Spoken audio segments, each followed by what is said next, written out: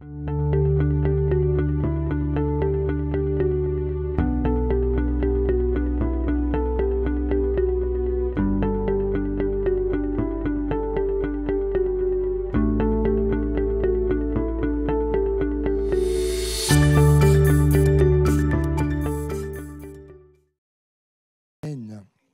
au Seigneur. Voilà, nous sommes heureux d'être ensemble dans la communion fraternelle pour prier comme nous venons de le faire avec cette conscience que Dieu entend et qu'il exauce la prière. Nous en avons bénéficié les uns et les autres et je repensais pendant ce temps de prière à ce moment où, enfant, j'avais eu une crise d'appendicite avec péritonite. Ça remonte à bien des années en arrière. Et j'avais dû être emmené en urgence à l'hôpital.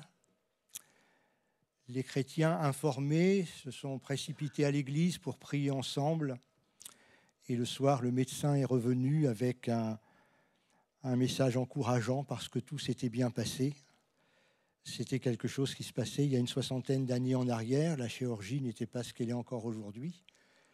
Mais quand il y a des choses comme celle-là, ça nous rappelle ce que l'on a vécu. Et ça, on se souvient que le Seigneur est toujours le même. Et que la prière a toujours autant d'efficacité. Les gens ont changé un petit peu. Nous avons vieilli pour certains. L'Église a été renouvelée avec la jeunesse, mais la prière a toujours la même efficacité. Béni soit le Seigneur. Voilà, je voudrais continuer avec vous sur le thème de la parole de Dieu. Je rappellerai ce passage puisque nous avons, je dirais, pris comme base de réflexion la deuxième épître de Paul à Timothée, où il est à plusieurs reprises fait mention de la parole de Dieu, de la saine parole. Nous avons pris quelques textes dès le départ, nous sommes arrêtés, médités sur différentes orientations au sujet de la parole du Seigneur. Et je voudrais considérer avec vous ces quelques versets de 2 Timothée chapitre 3 au verset 14. L'apôtre écrit à Timothée ceci: « Toi, demeure dans les choses que tu as apprises et reconnues certaines, sachant de qui tu les as apprises. Dès ton enfance, tu connais les saintes lettres, qui peuvent te rendre sage à salut. » La parole de Dieu, elle a un pouvoir de donner cette sagesse qui amène un jeune, qui amène même un enfant à se tourner vers le Seigneur et être sauvé. Et ce fut vrai pour Timothée. Elles peuvent te rendre sage à salut par la foi en Jésus-Christ. Et nous avons ces deux versets bien connus que nous pourrions bien sûr réciter les uns et les autres de mémoire. Toute écriture, je l'entends, est inspirée de Dieu et utile pour enseigner, pour convaincre, pour corriger, pour instruire dans la justice, afin que l'homme de Dieu soit accompli et propre à toute bonne œuvre. Ce qui est important avec ce texte, c'est déjà le message dont il est porteur. La parole de Dieu, elle est parole de Dieu parce qu'elle est inspirée de Dieu. Nous reviendrons là-dessus dans quelques instants. On nous a appris, on a eu raison, parce que c'est comme cela qu'il faut faire. C'est quand on va considérer un verset ou des versets, il faut aussi s'interroger dans quel cadre plus large ces versets ont été écrits. Parce que je prendrai un exemple, peut-être même, oui, un exemple déjà, avec ce qui s'est passé pour le peuple d'Israël. Le peuple d'Israël, après des années d'esclavage en Égypte, va sortir sous la conduite de Moïse, disons-le comme cela, mais nous savons que la conduite, elle était d'abord la conduite de Dieu. Le peuple va sortir, il va y avoir un certain chemin de parcouru, il va y avoir cette volonté de Dieu d'habiter au milieu de son peuple. Et comme c'est un peuple qui est en exode, ça ne va pas être cette somptueuse demeure qui sera construite plus tard par Salomon, le temple, mais c'est un tabernacle. Lorsque ce tabernacle a dû être construit, on le sait, ce n'est pas Moïse qui va dresser les plans. Ce n'est pas lui qui va imaginer comment construire une habitation pour Dieu. Mais le Seigneur lui dira, tu auras soin. L'œuvre de Dieu se fait avec soin et application. Les apôtres, d'ailleurs, le diront à un certain moment dans le chapitre 6 des Actes, où il y aura le choix des diacres pour servir. Ils diront, nous continuerons de nous appliquer à la parole de Dieu et à la prière. C'est important de le souligner. S'appliquer aux choses de Dieu. Et lorsque le Seigneur va parler à Moïse au sujet de cette réalisation, il va lui dire, tu auras soin de faire selon le modèle que je t'ai montré sur la montagne. N'oublions pas que nous sommes dans le contexte égyptien. Les Égyptiens sont des bâtisseurs. Et nous en avons encore des traces monumentales aujourd'hui. Moïse a été élevé à la cour de Pharaon. Il a bénéficié des instructions qui pouvaient être données dans les palais de Pharaon, d'autant qu'il portait le titre de fils de la fille de Pharaon. Il avait donc un cursus particulier puisqu'il faisait partie de l'élite. Et il savait quelles étaient, en quelque sorte, les règles qu'il fallait appliquer pour construire de belles choses et des choses qui soient solides. Je pense que les pyramides en sont un témoignage. Et pourtant, Dieu va montrer à Moïse qu'il doit faire abstraction de tout cela. Et il va lui donner le modèle pour la construction. Moïse ne savait pas combien durerait l'exode. Il savait le moment où il y a eu le départ, dans quelles circonstances ils sont partis d'Égypte, comment ils ont traversé la mer Rouge. Mais personne au sein du peuple d'Israël, même pas ceux qui allaient, je dirais, diriger les tribus et toutes les familles, nul ne savait combien de temps durerait le chemin. D'autant que, selon le livre du Deutéronome, il aurait pu n'y avoir que 11 journées de marche par un certain itinéraire. Donc, pour eux, Canaan, au fond, c'était pas si loin. C'était la banlieue du Caire. Personne ne savait que ça durerait 40 ans. Et pendant ces 40 ans, ces 40 années de marche dans le désert, toutes les difficultés qui ont pu apparaître. Le vent, les tempêtes, les agressions, on se souvient de ce qui s'est passé avec Amalek. Quelquefois, il fallait démonter le camp, et y compris le tabernacle, et partir hâtivement. Et il fallait rebâtir à un autre endroit, etc., etc. Mais tout cela, c'était l'imprévu.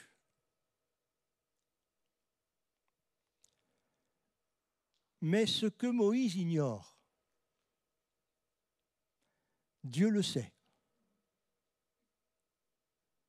Dieu, dans sa prescience, savait qu'il ne marcherait pas 11 jours, mais qu'il marcherait 40 années. Dieu savait qu'il y aurait cet épisode d'Amalek. Dieu savait qu'il y aurait des tempêtes de neige, etc. Pas de neige, mais de sable. Qu'il y aurait des difficultés, comme je viens d'en énumérer quelques-unes. Et le concepteur du tabernacle, sachant les difficultés qui seraient engendrées, eh bien, avait conçu ce tabernacle pour qu'il tienne bon. Et à aucun moment, la parole de Dieu nous dit qu'il y a eu un problème au tabernacle. Il a fallu réparer. Dieu avait conçu le tabernacle pour qu'il tienne le temps qu'il faudrait. Béni soit le Seigneur. Jésus a dit, et nous le savons bien, nous concernant, « Je bâtirai mon Église ». Lorsque les apôtres ont entendu cette phrase, les disciples déjà, ont entendu cette affirmation de Jésus, ils ne savaient pas combien de temps ça allait durer. Ce « je bâtirai ». Il a fallu 40 années à Salomon pour construire le temple. Combien de temps demandera la construction de cette église dont parle Jésus? Lorsque les apôtres se sont mis à annoncer l'évangile, qu'ils sont allés dans différents pays et que là, il y a eu des conversions, il y a eu des œuvres d'ouvertes, que l'église a commencé à grandir, à se développer, ils ne savaient pas combien de temps ça allait durer encore à ce moment-là. Ils ne savaient pas que 20 siècles plus tard, le Seigneur serait encore en train de bâtir son Église.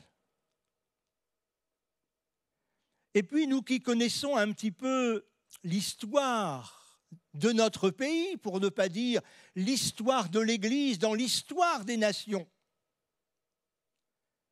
il y a eu des périodes ô combien glorieuses de l'histoire de l'Église, quand il y a des réveils spirituels, quand il y a une action de Dieu, etc., etc.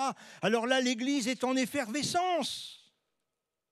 La louange jaillit. Mais quand on regarde d'un peu plus près l'histoire de l'Église, on s'aperçoit que s'il y a eu des moments ô combien glorieux, quelle souffrance l'Église a traversée. Et il n'a pas fallu attendre bien longtemps, puisque, appelons-les comme cela, malgré le temps, malgré qu'ils soient loin de nous dans l'histoire, il a fallu que nos frères et sœurs de Jérusalem s'expatrient, pour certains, jusqu'en Syrie, pour échapper à la haine des chefs religieux qui étaient contre Christ, pour échapper aux mains d'un certain Saul de Tarse. Alors ces pionniers du début de l'Église, ils ignoraient tout de ce qu'aurait à traverser l'Église dans son histoire. à l'école, on nous apprenait l'histoire de la Saint-Barthélemy. Dans l'histoire de l'Église, on sait aussi, puisque notre thème, c'est la parole de Dieu, c'est la Bible, on sait aussi cette méchanceté, cette fureur, cette haine contre la Bible. On a brûlé les Bibles, on ne voulait plus qu'il y ait de Bible. Et quand on visite certaines régions, je pense à la Drôme et au musée du protestantisme, on voit des témoignages qui sont écrits, rapportés que dans une maison, si on trouvait une Bible, on brûlait toute la maison. C'est l'histoire de l'Église. Personne ne savait ce que serait cette histoire, sauf Jésus, celui qui bâtit son Église. Béni soit le Seigneur. Alors pourquoi ce préambule? Pourquoi évoquer ces choses historiques? Parce que la parole de Dieu, elle nous montre les choses qui se sont passées, comment Dieu a maîtrisé les situations, comment Dieu a su prévoir les choses, donner les moyens pour. Et puis ça nous amène aussi à réaliser qu'il y a le présent, mais il y a aussi demain. Et le contexte du chapitre 3, sache, écrit-il à Timothée. Paul ne sait pas dans combien de temps ce qu'il écrit va se produire. Mais n'empêche qu'il nous place dans les derniers jours. Sache que dans les derniers jours, il y aura des temps difficiles. C'est ça le contexte. Il y aura des temps difficiles.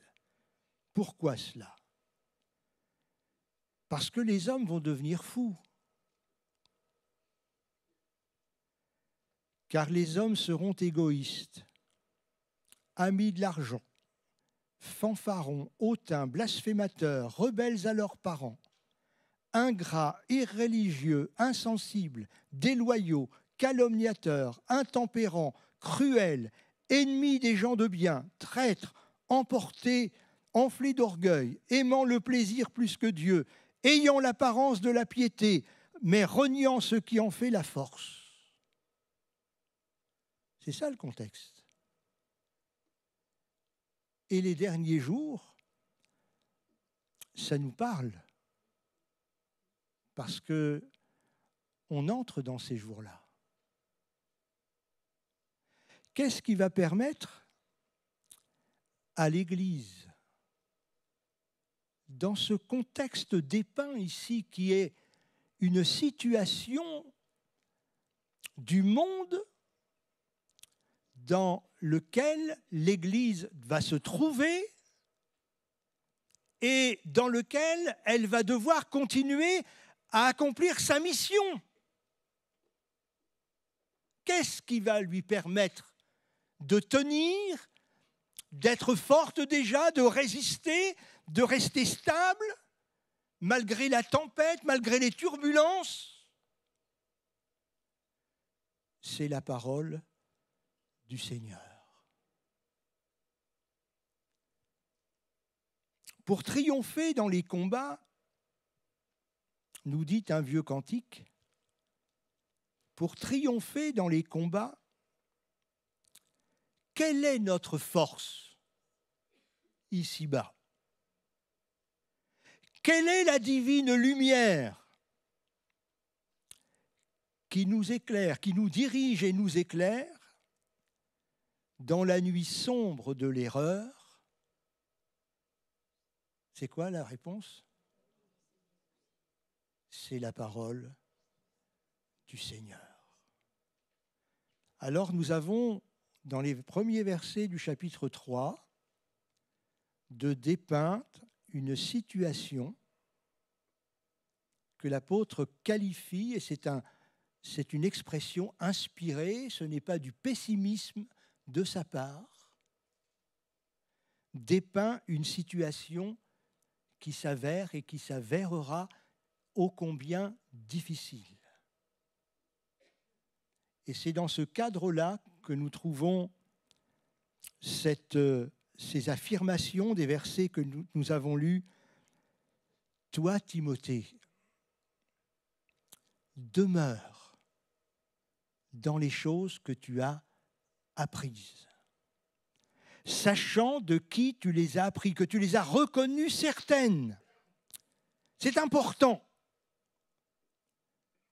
que ce que la Bible dit, ce que la Bible déclare, nous le recevions comme des paroles certaines, entièrement dignes d'être reçues. Le diable essaiera de nous mettre du doute dans le cœur, comme il le fit en son temps avec Adam et Ève. Dieu a-t-il réellement dit ? Est-ce que ce qui est écrit dans la Bible n'est pas un petit peu exagéré ? Est-ce que ça a été bien traduit ? Est-ce que ça n'a pas qu'une portée culturelle et momentanée ? Ce que tu as reconnu certain, eh bien, il faut que tu le gardes et que tu restes dans ces certitudes. Malgré les choses, malgré les turbulences, comme je lui disais il y a quelques instants, malgré les situations qu'il y a dans le monde, malgré toutes les tentations, les séductions qu'il va pouvoir y avoir. Je pense que le psaume 119 a été écrit et inspiré aussi dans des périodes qui pouvaient être difficiles pour, j'allais dire les chrétiens, mais il n'y a pas de chrétiens à ce moment-là, les croyants quand même de cette époque-là. Pour que l'auteur de ce psaume devant Dieu, pendant qu'il est en train de glorifier la parole du Seigneur, se pose la question en son temps, mais comment le jeune homme d'aujourd'hui rendra-t-il pur son sentier alors que la souillure est là et qu'elle règne, qu'elle est autorisée, qu'elle est même quelquefois valorisée, comme c'est le cas dans nos sociétés d'aujourd'hui. On appelle le mal bien et le bien mal. Alors il se pose la question devant le Seigneur. Comment le jeune homme, la jeune fille, va-t-il pouvoir rendre pur son sentier alors qu'il y a de la boue partout ? En se dirigeant selon la parole. Et on comprend que dans le développement de ce psaume, il puisse dire « Ta parole, Seigneur, elle vaut pour moi plus que de l'or et de l'argent. Ta parole est un trésor. Béni soit Dieu. » Qu'est-ce qui va permettre à l'Église de continuer, de rester fidèle au Seigneur d'une part, mais de pouvoir continuer sa mission au sein de ce monde, c'est de pouvoir s'appuyer sur la parole du Seigneur. Que Dieu soit béni. C'est aussi pour cela que le Seigneur a donné au sein de l'Église ce que Luc appelle dans son chapitre 1er, vous l'avez certainement remarqué en lisant cet évangile, les ministres de la parole, les ministères comme on les appelle, les ministres de la parole, c'est-à-dire des frères dont la mission est d'être au service de la parole pour enseigner l'Église, pour l'exhorter, pour la conduire, pour évangéliser, pour le ministère d'évangéliste, pour prévenir des risques et des besoins qu'il pourrait y avoir dans une assemblée avec le ministère de prophète. Ce sont des ministres de la parole qui sont là pour soutenir l'œuvre de Dieu. Mais vous voyez qu'on tourne toujours autour de l'action de la parole divine. Le Seigneur a prévu les choses dans l'Église, comme il avait été prévu avec la construction du tabernacle, qu'il y aurait des difficultés pendant les pérégrinations du peuple d'Israël dans le désert et pendant 40 années, et même au-delà, quand ils vont arriver dans le pays de Canaan, il va y avoir des difficultés. Mais le Seigneur avait prévu les choses, il savait quels étaient les besoins. Et le Seigneur savait aussi quels seraient les besoins de l'Église jusqu'à ce que Jésus paraisse sur les nuées du ciel, mettant fin à l'année de grâce du Seigneur. Et selon l'enseignement de Paul aux Thessaloniciens, qu'au son de la trompette, les bien-aimés partent à la rencontre du Seigneur. Béni soit Dieu. Tout ça, le Seigneur le sait parfaitement. Et il nous a donné les moyens de pouvoir vivre tout cela et d'aller jusqu'au bout. À condition que la parole de Dieu reste dans nos cœurs et dans nos vies, cette parole indispensable. Et que nous comprenions, pas simplement avec des mots, mais que nous apprenions qu'effectivement, c'est la parole de Dieu, la parole inspirée. Le passage que nous avons lu dit ceci: toute l'Écriture est inspirée de Dieu. Le mot qui est utilisé à cet endroit, dans le texte original, il ne se trouve qu'une seule fois dans le Nouveau Testament. Inspiré de Dieu. Il est composé du mot Dieu, c'est-à-dire théos. Il y a ensuite l'adjectif pneustos, qui est tiré du verbe pneuneo, qui signifie souffler, respirer, de la même famille que pneuma, souffle, ou encore esprit. Ça veut dire que ce que ces hommes, aussi bien de l'Ancien Testament que dans le Nouveau, ont parlé, ont écrit, animés par le souffle de Dieu. Ne se sont pas mis au bureau avec une plume, un papier, en réfléchissant, faisant une synthèse de tout ce que les philosophes avaient pu écrire sur des sujets, en prenant les choses les meilleures que des philosophes auraient écrites. Pas du tout. L'apôtre Pierre dira attention concernant notamment les prophéties, de ne pas leur donner des fausses interprétations. Parce que, dira-t-il, c'est poussé par l'Esprit que des hommes ont parlé de la part de Dieu. Et vous savez, ces hommes de l'Ancien Testament, ils avaient dans leur cœur une crainte respectueuse de Dieu. Ils avaient un respect de la parole extraordinaire, on pourrait presque dire poussé à l'extrême. Et quand il s'agissait de parler de la parler de la part de Dieu, d'être la bouche de Dieu. C'est presque en tremblant qu'ils se seraient exprimés, tellement c'était important pour eux. C'est pour cela qu'à un moment ou un autre, dans l'exercice des dons spirituels, on a freiné un petit peu cette façon de s'exprimer dans nos assemblées. Quand le don spirituel était exprimé, le don de prophétie, les gens disaient « Ainsi parle l'Éternel ».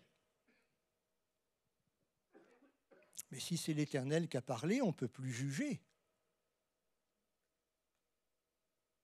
L'apôtre Paul le dit, il dit quand il y a une prophétie, eh bien qu'on écoute et qu'on prenne ce qui est bon. Quand Dieu parle, tout est bon. Comprenez la chose. Quand Dieu parle, tout est bon. La parole du Seigneur, c'est la parole qui a été soufflée par Dieu. Vous savez ce que ça veut dire, souffler? Moi, quand je dis ça, ça me rappelle l'école. Quand je n'avais pas appris ma récitation, que l'instituteur me disait « Francis, tu vas venir nous réciter ton poème ». Des fois, je l'avais lu une fois, mais je ne l'avais pas appris par cœur.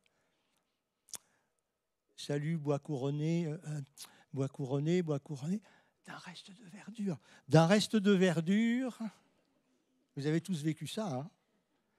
Il y avait des gars qui me soufflaient des bêtises des fois. Hein. Alors, bon, souffler, c'est ça, souffler.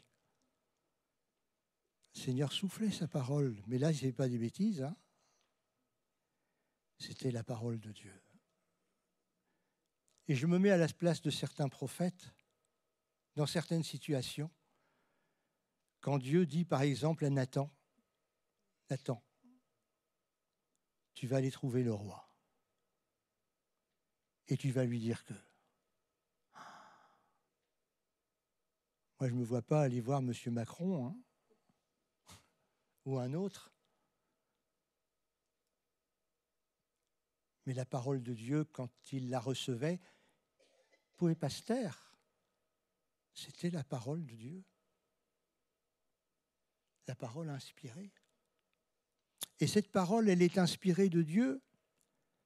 Pourquoi ? Pour enseigner,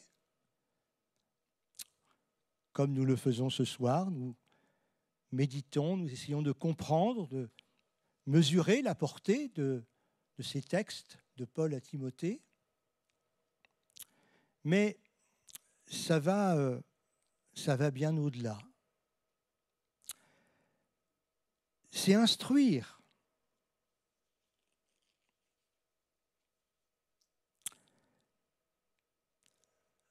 D'autres traductions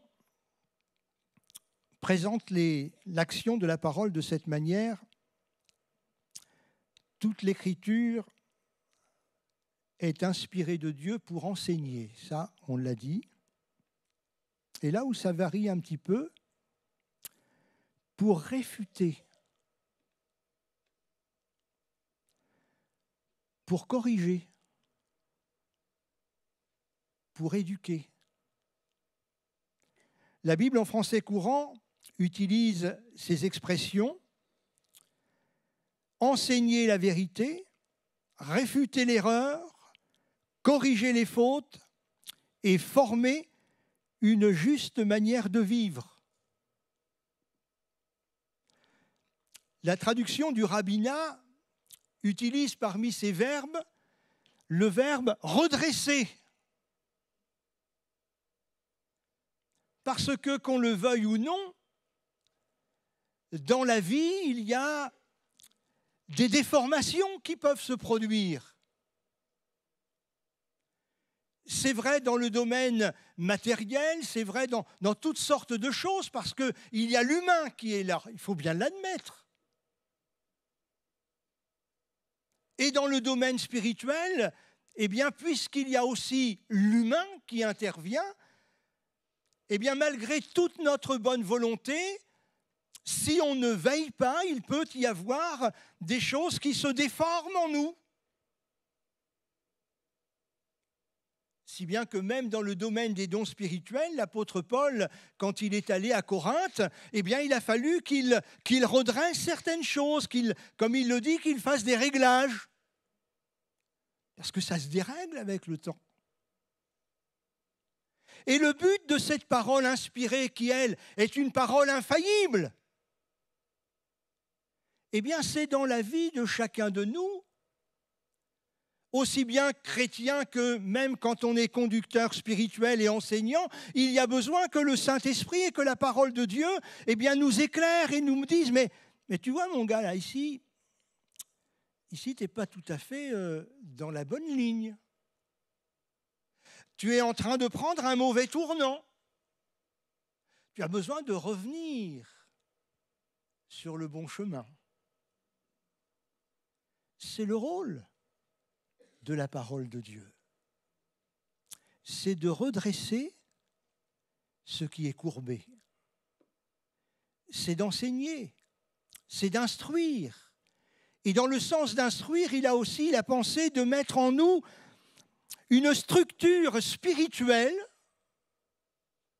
avec l'enseignement de la parole de Dieu, de manière à ce que nous ne soyons pas ballottés dans tous les sens, que nous ne soyons pas troublés quand il se passe un certain nombre de choses, mais qu'étant certains de l'enseignement biblique, on est capable de discerner le mauvais et ce qui est bon. C'est le rôle de la parole de Dieu en nous, et il faut l'accepter. Et puis je terminerai, la semaine dernière, j'avais fait référence à une parabole du Seigneur Jésus, et je terminerai avec cette parabole de Jésus quand il parle de construire une maison. Et Jésus va dire, je vais vous montrer à quoi ressemble un homme qui construit sa maison sur le roc. Ou plutôt, je vais vous montrer ce qui se passe quand on entend ma parole, la parole de Jésus, la parole de Christ, et qu'on la met en pratique. Et il dit, ce chrétien-là, cet homme-là, c'est un homme sage. C'est un homme prudent. Parce que comme il met en pratique la parole de Christ, construit sur du solide. A contrario, il dira, je vais vous montrer à quoi ressemble un homme qui entend mes paroles, les paroles de Christ, mais qui, les ayant entendues comme l'autre, ne les pratique pas. Il est comme un insensé qui a construit sa maison sur du sable. Le vent a soufflé, la tempête est venue, la pluie a tombé sur la maison, le vent a bousculé la maison. L'homme prudent est resté paisible dans son habitat parce qu'il savait qu'il avait construit sa maison sur du solide. Le second a vu sa maison emportée par le torrent et la ruine a été conséquente parce qu'il avait construit sa maison sur du sable. Heureux le chrétien qui, entendant la parole de Christ, la prédication de la parole de Dieu, qui entend l'enseignement des Écritures, les met en pratique dans sa vie. Dans sa vie d'homme, de femme, de jeune homme, de jeune fille, pour son travail, pour fonder sa famille, pour choisir son futur époux, choisir sa future épouse. Tout ce qui va être de son quotidien, je veux le construire sur la parole de Christ. Parce qu'il y aura des difficultés, il y aura des tempêtes. Et la même chose pour l'Église.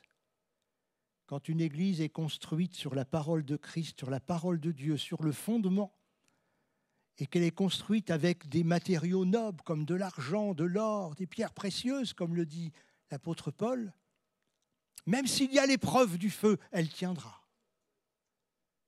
Malheur à celui qui construit même sur le fondement, mais avec du bois, du chaume, de la paille.